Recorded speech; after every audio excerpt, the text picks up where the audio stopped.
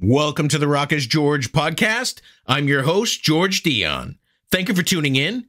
Be sure to hit like, follow, or subscribe on the platform that you're listening to us on. You can also check out my work at the loudest.com on the planet, knac.com, for exclusive hard rock and heavy metal interviews, live show coverage, album reviews, and more. My guest for episode 190 is guitarist REX CARROLL of the Christian hard rock and metal act WHITECROSS. WHITECROSS is back with their first new album in almost 20 years. It's called Fear No Evil. It came out on March 22nd through Dark Star Records. And here's REX CARROLL to tell you more about it.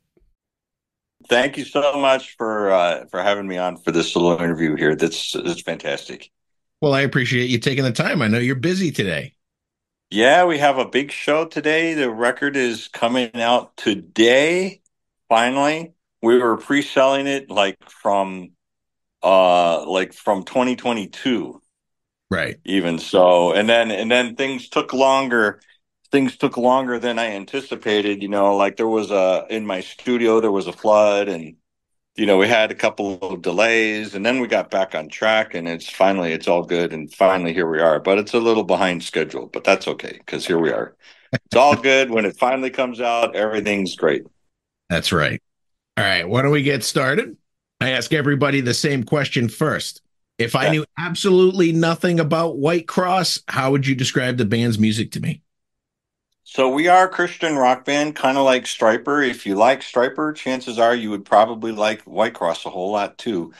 So that's all in our lyrics. We don't, we're not like super beating people over the head with anything, but we do have, we want our lyrics to have a positive impact on the world, basically. Because I think having a positive impact, was what you do with your life is, I think that's so, our country is really divided along political lines. And I think that I don't think, with the two candidates that we currently have, I don't think either one of them is going to be able to pull a country back together. But I think that it's good people like ourselves just living authentic lives and learning to be kind and compassionate and respectful and things like that. That is, that's going to bring the temperature down so that we can all calm down and we can start getting along again as a country. I think those things are important. So if I sound like a dad talking, I guess that's because I'm a dad. But we're a rock band in a classic vein of Whitesnake, Scorpions, Van Halen. We have all of our 80s rock influences. I'm a huge, just in a nutshell, I'm a guitar fan going back to the 1960s. All great guitar players from then until now, the whole continuum, everybody from Robin Trower to Jimmy Page to Van Halen to Yngwie Malmsteen, in all the bands, Motley Crue, Rat, I'm a fan of all the blues guys, Stevie Ray Vaughan, Johnny Winter, have many influences. And our lead singer is, people compare him favorably with, they will include him in the same conversation. He reminds me of Dio or Coverdale or Sammy Hagar. So it's like, wow. And I'm really happy that people hear our music and they associate the sound that they hear, that it reminds them of all these great bands that we've all grown up on. And now WHITECROSS has been around since 1985. We've been making records. Our first album came out in 1987. And we've just gone from then until now. And here we are. It's 2024. And it's time to rock, man. The new album sounds amazing. We're so excited about it. And I don't know. So that's a brief description of the band and where we've been, and brings us up to what's happening right now. Well, the new album does sound amazing. It comes out today, which is March 22nd. It's Fear No Evil. It comes out on Dark Star Records. It's been a bit since White Cross released a proper studio album. The last one was 2005, although I know you guys have been a live entity along the way. What prompted you to get back into the studio to record new material? We had to change our lead singer just that we had from the beginning until now. When we come out, people said, White Cross, you guys sound like Rat. And the reason why, there was this uncanny resemblance, and it was purely coincidental, between our lead vocalist, Scott Wenzel, and Stephen Piercy. There's for anybody who wants to go back and compare some of the songs off of our first album to the band Rat, they'll say other than that, our record is a very low budget album. It almost has kind of a demo type quality to it, more so than like a fully produced and polished album. But people will say, "Oh yeah, there's definitely a resemblance to the Rat kind of sound." So it was great when we started out, but 35 years in a band, that's a long time. That's like longer than most marriages anymore. So, Scotty just he's retired now. He's not doing anything, and we made the change back in 2019. We had an opportunity to go to India and perform shows over there, and that was for me personally, that was historic because I've never been that far. We've gone other places in the world, mostly South America, Western Europe. The farthest east I've been as far as Poland. I've never been to the Soviet Union or anything like that. But we had this opportunity to go to India, and for me, that was like a very long ways away. For me, that's halfway around the world, and I think it is. I've never looked at the globe, but I imagine it's just probably just about halfway around the world. So at that time, Scotty didn't make the trip. We brought in a guest vocalist. And then after that, we found our permanent vocalist, David Roberts, who is now our new lead singer. And we started doing shows with Dave, and it started out kind of slow because you had that pandemic era, where nobody was able to move around.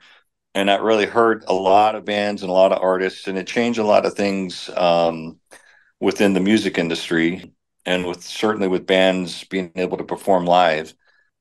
It took a while to ramp up with Dave, but once Dave came in, we have this beautiful chemistry. And like I say, he's just got that classic.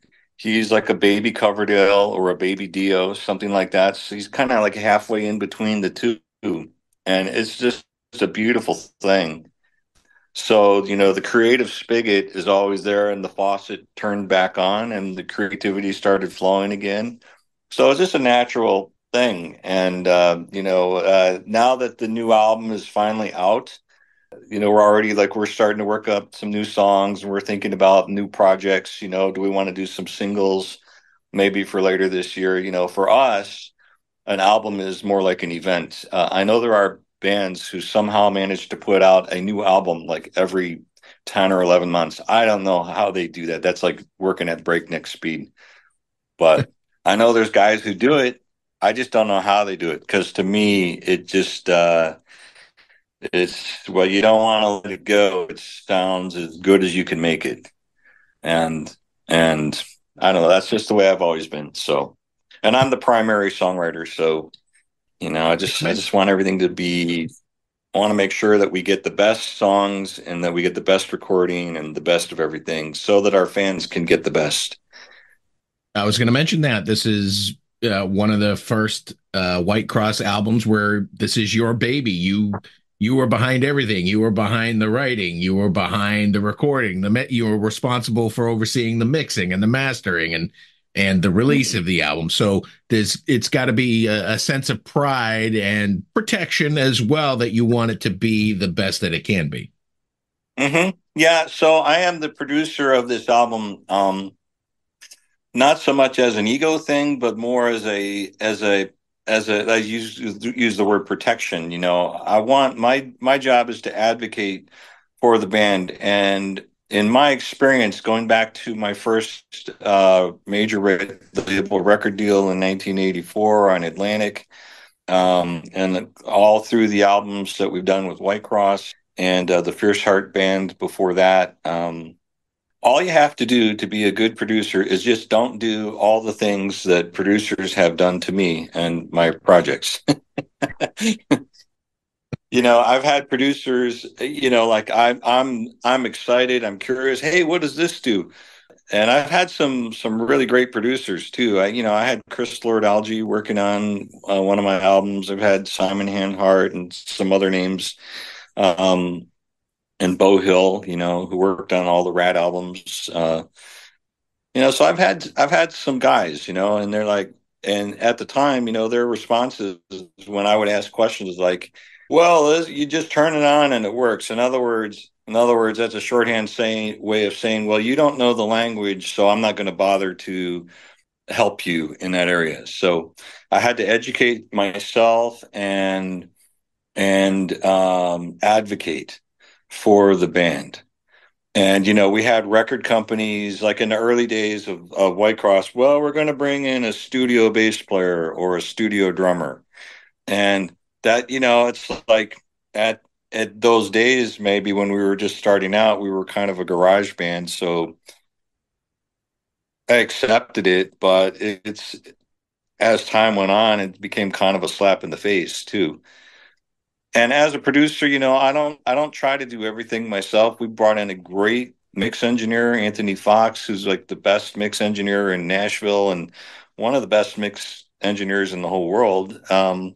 So we brought him in to mix the album. We used a couple of studios in Nashville, a couple of engineer friends of mine to help with the vocals.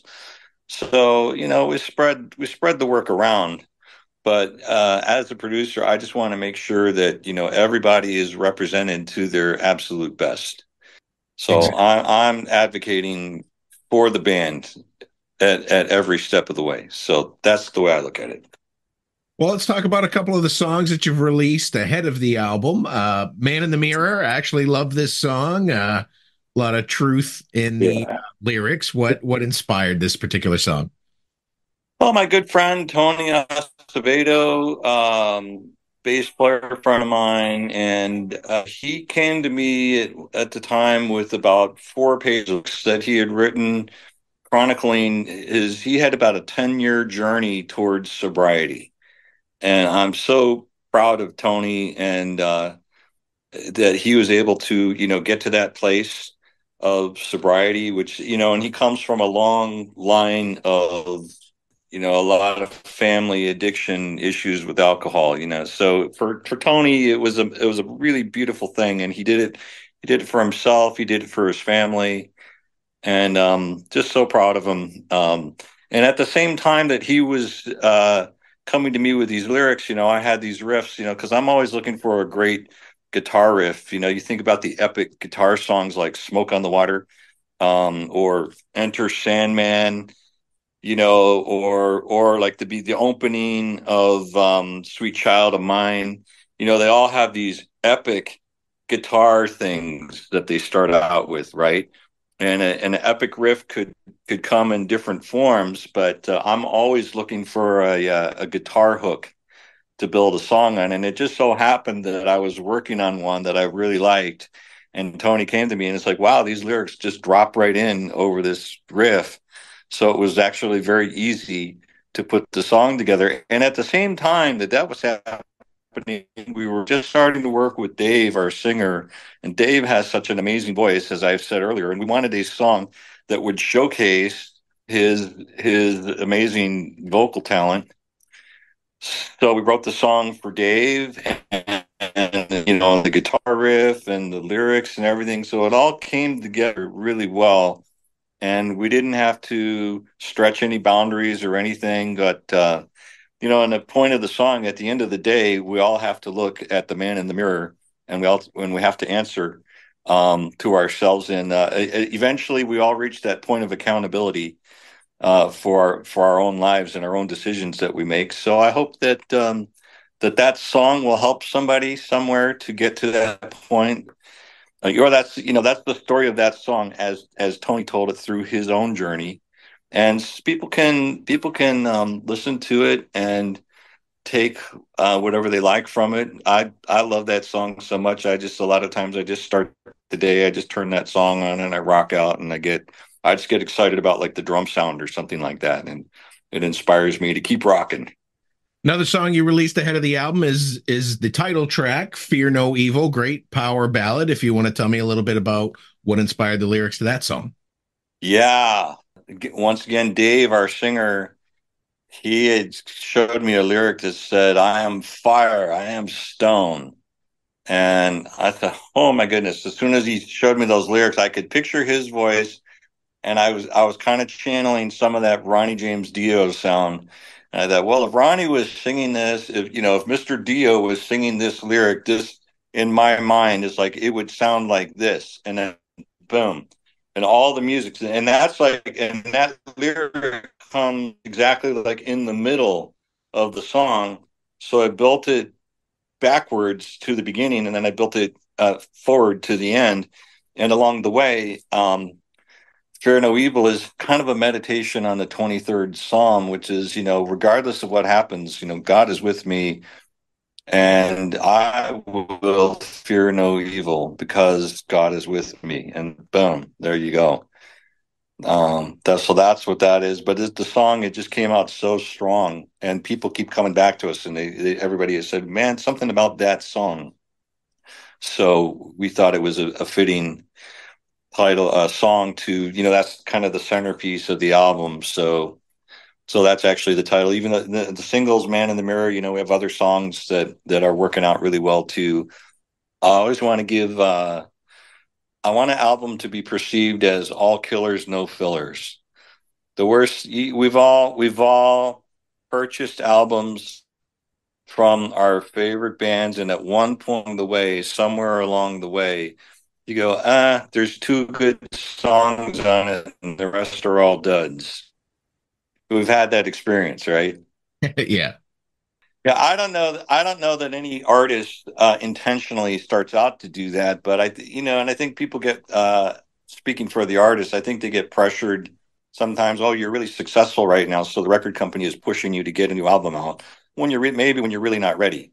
Like one of my favorite bands growing up was Deep Purple, and I've read as much about their history as I can, and I get the impression that with that Mark II era, with Ian Gillan on the vocals, if they could have just, and instead of just pressure to keep putting out albums, if maybe their management and their record label and everybody could have just said, "Hey, why don't you guys just go away from each other for a year, take a year off, go relax, go to the beach, do whatever it is that you want to do, come back, and then be fresh again," and probably could have gotten, it could have extended the shelf life of the group. So, and that happens certainly. I mean, that happens to most bands. You live together in a confined space for long enough, and eventually it just doesn't work anymore. So One of the things I enjoyed about this album is its diversity in sound.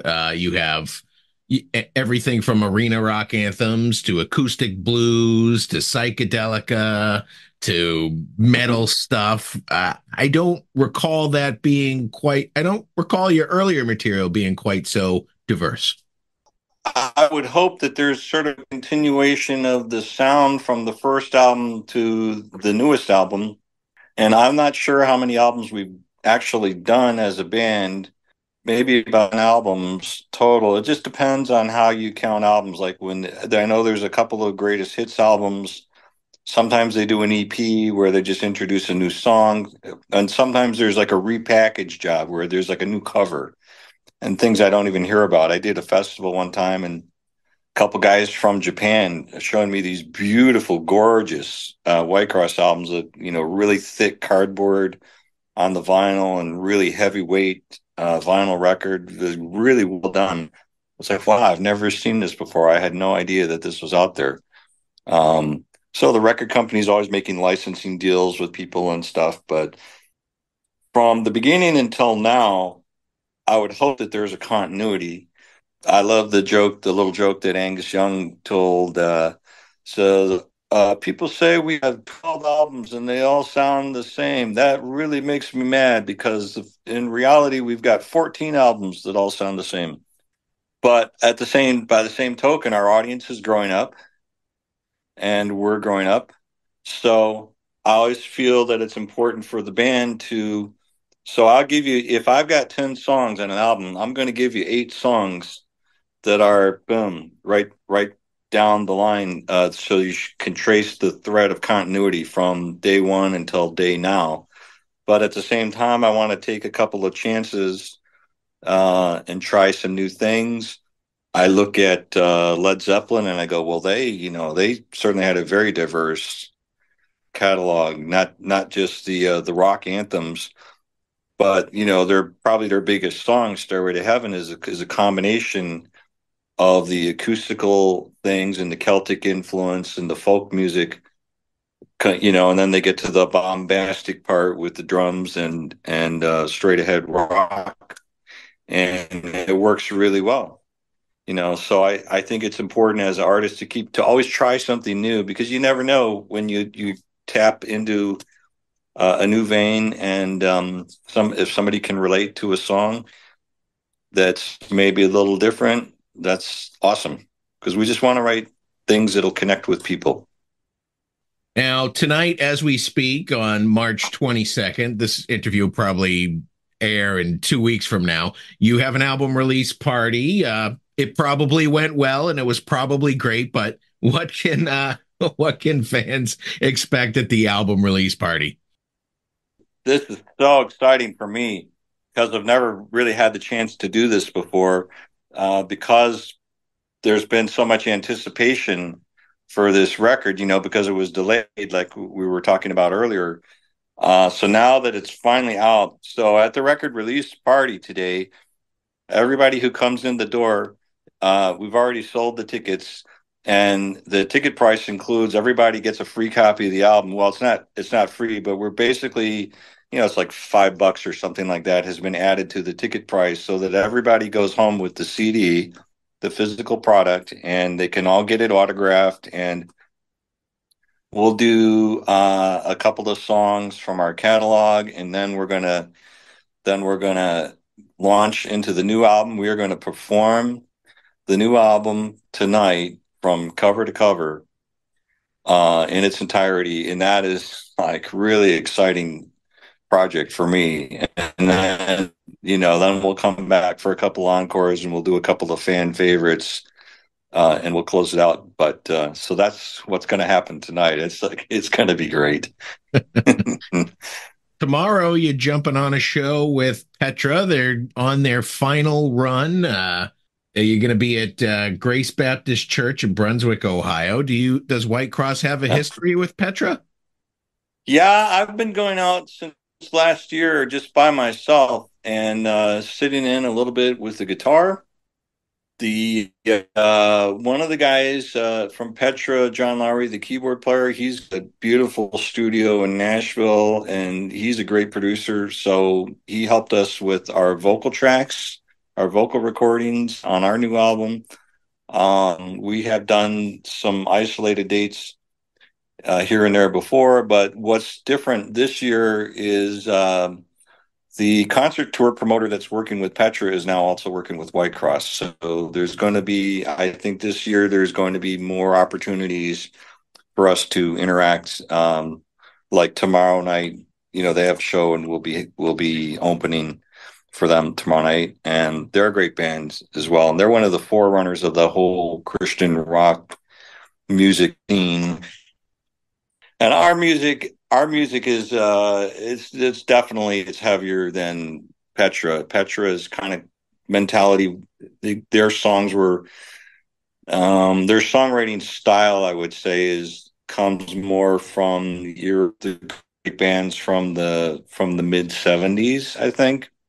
And our music is a little heavier. It's more oriented from like the mid 80s, late 80s, early 90s, the golden era of the Guitar Hero type rock, the Dokken, the Rats, Scorpions, Whitesnake, all the Van Halen, Motley Crue, all that kind of like that kind of that LA rock music sound that was very influential to world around the world. I mean, that was the thing at that time. So we've kind of carried a lot of that over into our sound, which is why I say, somebody is familiar with, Stryper has been the most successful out of all the Christian bands in that sound. Well, Stryper, Whitecross would definitely compare to Stryper.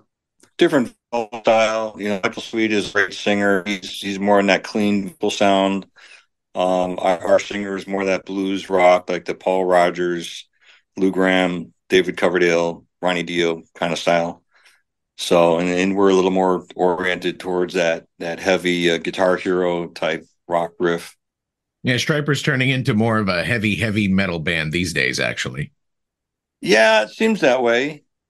Whitecross is going to be hitting the festival circuit in the summertime, and one particular festival I wanted to point out is up here in Massachusetts, August 16th, the Soul Fest, sort of a 80s Christian metal reunion. Disciple's going to be playing there, Saint's going to be playing there, and there's a couple of newer metal style Christian bands there, Theocracy and Ignescent.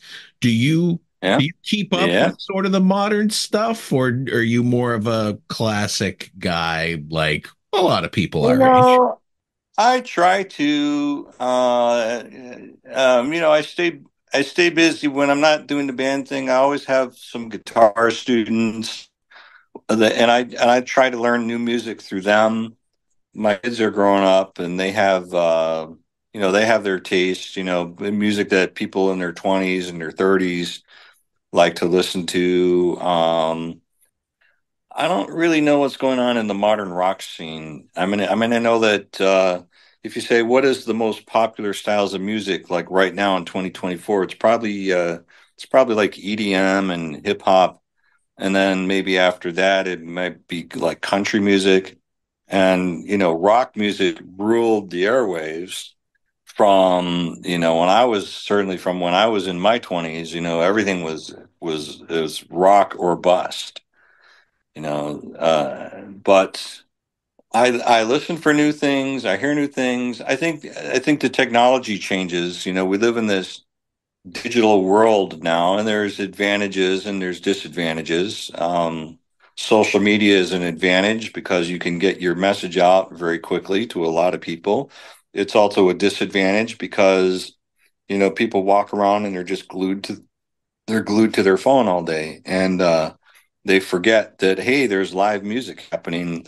Put the phone down. Grab your wife or your husband or your buddies, and get out and socialize together and see live music together. People forget those kind of things. So it's this digital world that we live in. And I'm old enough that I started out in the analog world with the 24 track 2-inch tape recorders, and you turn in the master of your album is actually delivered on a quarter-inch reel-to-reel tape. And the archiving of tapes in these climate controlled facilities, that used to be a huge thing. Not so much anymore because it's all ones and zeros on a hard drive. We live in this digital world, so the technology changes, so the sounds become more modern. Um, my son, who's like a very successful front of house engineer, but he's young yet, so he likes to say, "Oh well, it's better because it's modern." It's like, well, why is it? What makes it better? There's a different kind of a warmth to the analog sound that I miss. So I try to incorporate the best of. It's always good in the studio to have like a bunch of tube amplifiers for microphones. If you can run your microphone through a box that's got tubes in it for to warm it up and fatten it up, that's always a good thing. To try to bring some of that analog magic back into the recording. So the sounds change, new bands come out, new artists come out. and I hear it and it's like, yeah, but it's the same chord progressions. At the end of the day, the songs are all the same. Boy meets girl, boy wants girl, girl doesn't want boy, girl wants boy. It's all most of the music is about relationships, and then or various forms of rebellion. That's what rock and roll started out as, and for us in Whitecross, it's just music, and we love it, and we love the music, and we want to get our message out. We want to be a positive influence in the world and bring people together. 2024 marks the 35th anniversary of your album Triumphant Return. It actually won Metal Album of the Year at the Dove Awards the following year, I believe. What do you remember about putting this album out and the response that it got? Triumphant Return, wow, our first album, as I said, was really sparked a nerve. It connected with people in a way that we hadn't. Well, we just put the record out. We didn't really know what was going to happen. We just put it out, and people went nuts for the sound. I mean, it was all word of mouth, and so we just sold truckloads of them. And then our second album came out, and same thing, and people were excited, and there was definitely there was like rapid improvement of the sound, more experience, more budget, et cetera, et cetera. And then when we got to our third album, which was Triumphant Return, that was kind of the culmination of the first era of Whitecross, the rock band, like the kids, the garage band that came out of nowhere. So there was a sonic perfection to the album that people were craving. A lot of people said, "Oh yes, we love the sound of Triumphant Return. It's the right amount of heavy, it's the right amount of production, it's the right amount of polish on the record without feeling like it's overly processed or anything. It's not overmixed." But there was this. The first album was way undermixed. The second album was a lot better, but it still had a step to go. A lot of people felt that Triumphant Return was like, this is the magic formula. This is the sweet spot. And the sales were strong. On all three albums, there was popular songs from all the records, and then Star Song came along and bought out our contract because they wanted to get Whitecross on their label. They managed to. They're a big enough company. They do their horse trading and their boating and all that, and so they got us the Dove Awards. Yeah, when you see people at the Grammys and you go, "Oh, they're such a great artist. They did all themselves. Yes, this song deserves Grammy because it's the best song." Well, I guarantee you, there's some artist or some singer or some band somewhere that probably has a better song.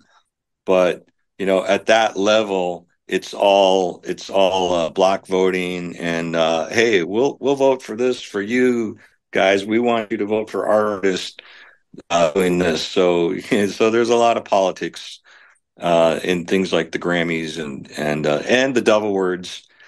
I mean, it was really nice to have that.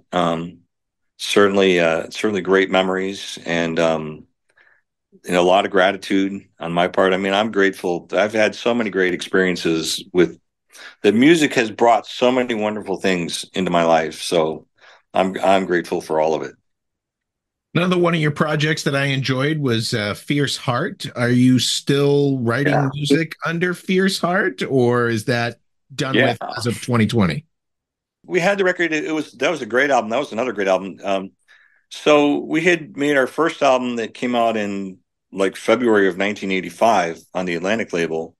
We were demoing new songs for the second album, and our A&R guy at the label, the artist and repertoire guy, who was our advocate the guy who advocated for the band, Fierce Heart, at the record label, went to a different position. He left the parent company, and then the label decided not to. They ended up selling our contract to Polydor, and I saw like a few albums with the Polydor imprint on it. But eventually they didn't know what to do with the band, so they dropped the band, and then many years go by, and then I started working with Whitecross, and Whitecross had a lot of success, so we were doing that, and then finally we were able to reconvene the Fierce Heart band, and we had all these songs that we had demoed back in like 1986, and I thought, man, I thought these were good songs. Let's go back and give them a listen. So we did, and I'm like, geez, these are even better than I thought. I figured, well, there must have been a reason. Like the record company knows what they're doing. Believe me, the record company doesn't always know what it's doing. The record company has has the ability to really boost you as an artist, or they have the ability to make your life a living hell. Atlantic, they just, with all of their vast, unlimited resources, they didn't know what to do with. We had some great songs, so we said, well, screw that. Let's do our own album, or let's do the second Fierce Heart album and put it out. And that's how I got connected to the Dark Star label, which is a wonderful label. And they came to me. Well, I sent them an email and I said, hey, what do you guys think about maybe working together on this project? And they were very supportive. They said, oh yeah, we know who you are.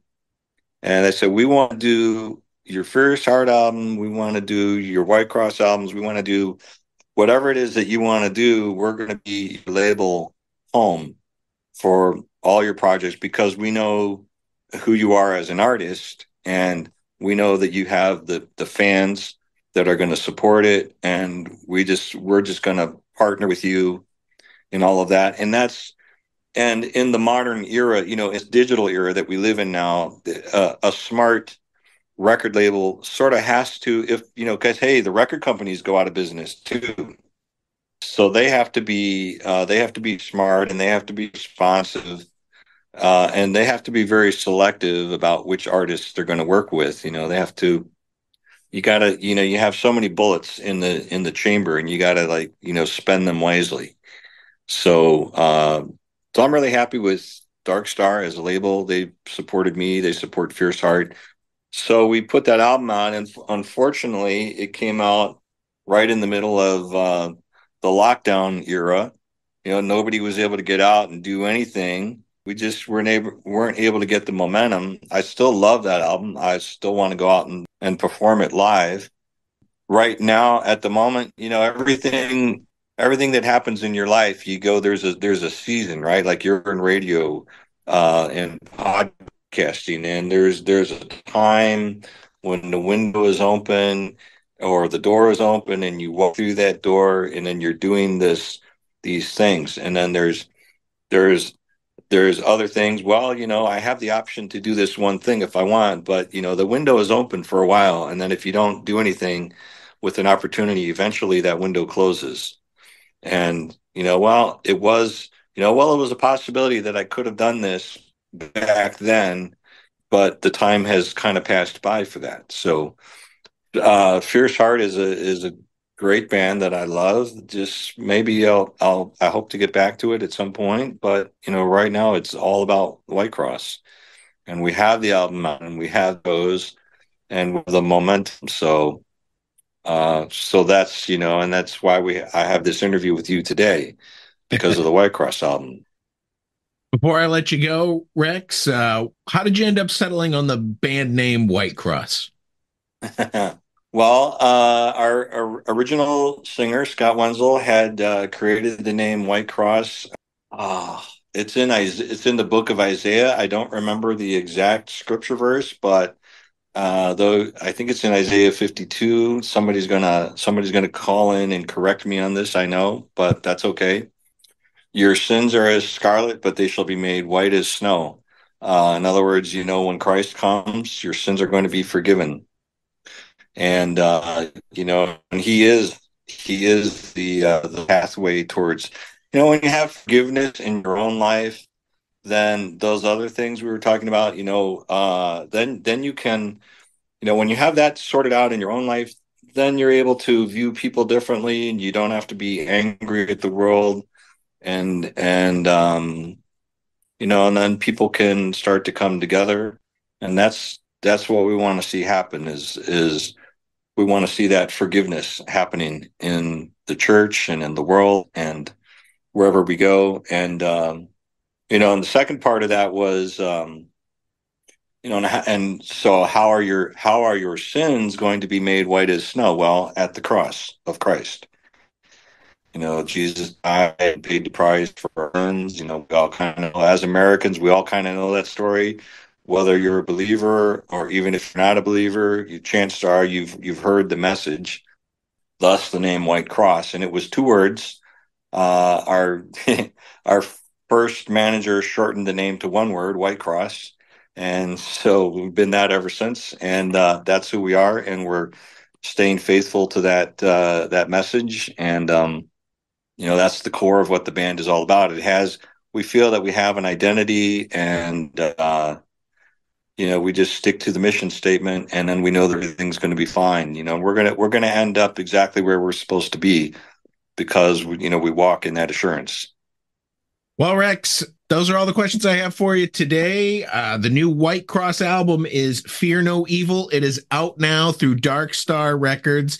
I want to thank you for taking the time to come on the podcast today. I know you got the big gig tonight, the album release party. I wish you the best of luck with it. And thanks again for telling me more about your new album and White Cross. Thank you so much, George. It's my pleasure. And I hope we get to hook up and do this again. Once again, I want to thank Rex Carroll of Whitecross for coming on the Rock is George podcast. Be sure to check out their latest album, Fear No Evil, out now on Dark Star Records. Head over to your favorite music streaming app, take a listen to the album. If you like what you hear, buy a physical copy, support the artist. For all things Whitecross, head over to their official website, whitecrossband.com. I also want to thank Jen Farhood at Chipster PR for making this interview possible. You've been great. I've been George Dionne. Discover your next favorite artist on the Rock is George podcast.